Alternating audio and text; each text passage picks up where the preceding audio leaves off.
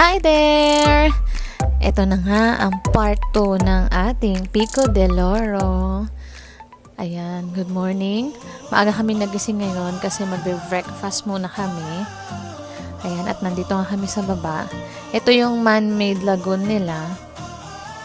Diba, very relaxing ang view habang nagbe-breakfast. Sobrang accommodating ng mga staff nila dito, guys. Ang babait talaga. And ito ang favorite spot ng mga anak ko, ang kanilang egg station. Mga bata talaga, favorite nila egg eh. O egg. At pancake. At corned beef. Ayan, maaga kami gumising at nag-breakfast dahil maaga rin kaming bababa dahil maghahanap kami ng church para sa mga kids ngayong umaga. So, ito yung pababa. Nasa vicinity pa rin kami ng hotel. At sobrang ganda talaga dito. As in. Kaya, kumbaga, parang yung asawa at mga anak ko, mga lamang dagat daw sila dahil gusto nila ng dagat. Parang ako talaga. Isa akong diwata ng kalikasan. Charot-charot lang. Pero sobrang gandang-ganda ako sa view ng kalikasan kasi. Lalo dito, ewan ko, grabe. Na-in-love talaga ako dito sa view nila dito. Sobrang green pa. Diba? May ganitong view din kami nakita nung nagbagyo kami tsaka La Union. Parang ganito din yung view. Ayan, parang ito ganito sa La Union eh. Ito pababa kami. Mga 30 minutes. Or 30 to 45 minutes yata yung biyahe namin papunta sa church na nakita namin.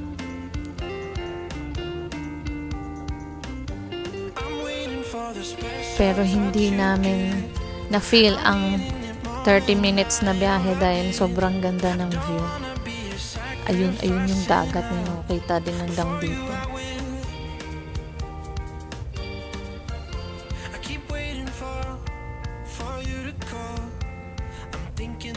Ang maganda pa today, maaraw siya eh, kaya sobrang liwanag din sa labas eh, di ba? Kitang-kita talaga yung mga bundok. Grabe, ang ganda. Ayan, ito na nga, pabalik na kami sa hotel. Fast forward tayo, syempre.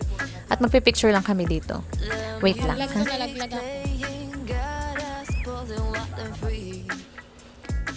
Ayan, nakabalik na kami sa hotel. Pero 'di ba, ngayon nga kami lilipat, magta-transfer kami ng penthouse. Maaga-aga pa. Kaya naisipan muna namin pumunta sa dagat. Ito yung papunta sa dagat. Diba? Ang ganda, grabe.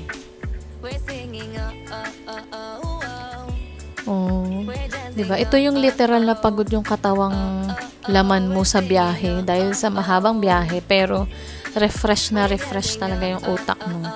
Ayan, dito na rin kami nag-lunch. Kahit sobrang init. Pero yung nakatingin ka lang sa dagat. Diba? Kaya may ice cream kami dahil ang init. Eto na. Fast forward ulit.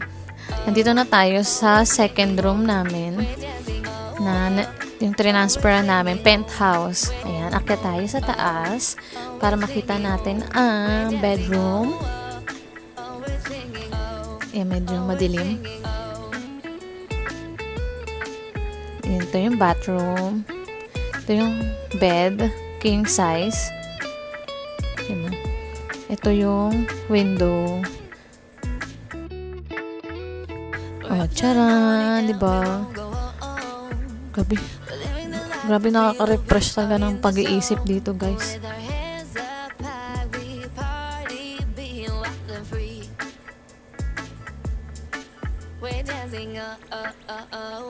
Balik tayo sa CR na may ilaw na. Ayan.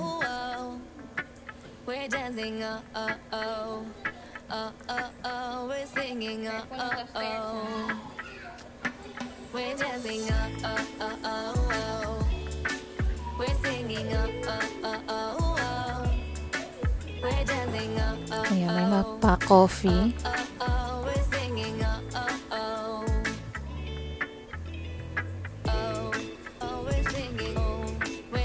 Ito yung balcony nila, di ba? Grabe.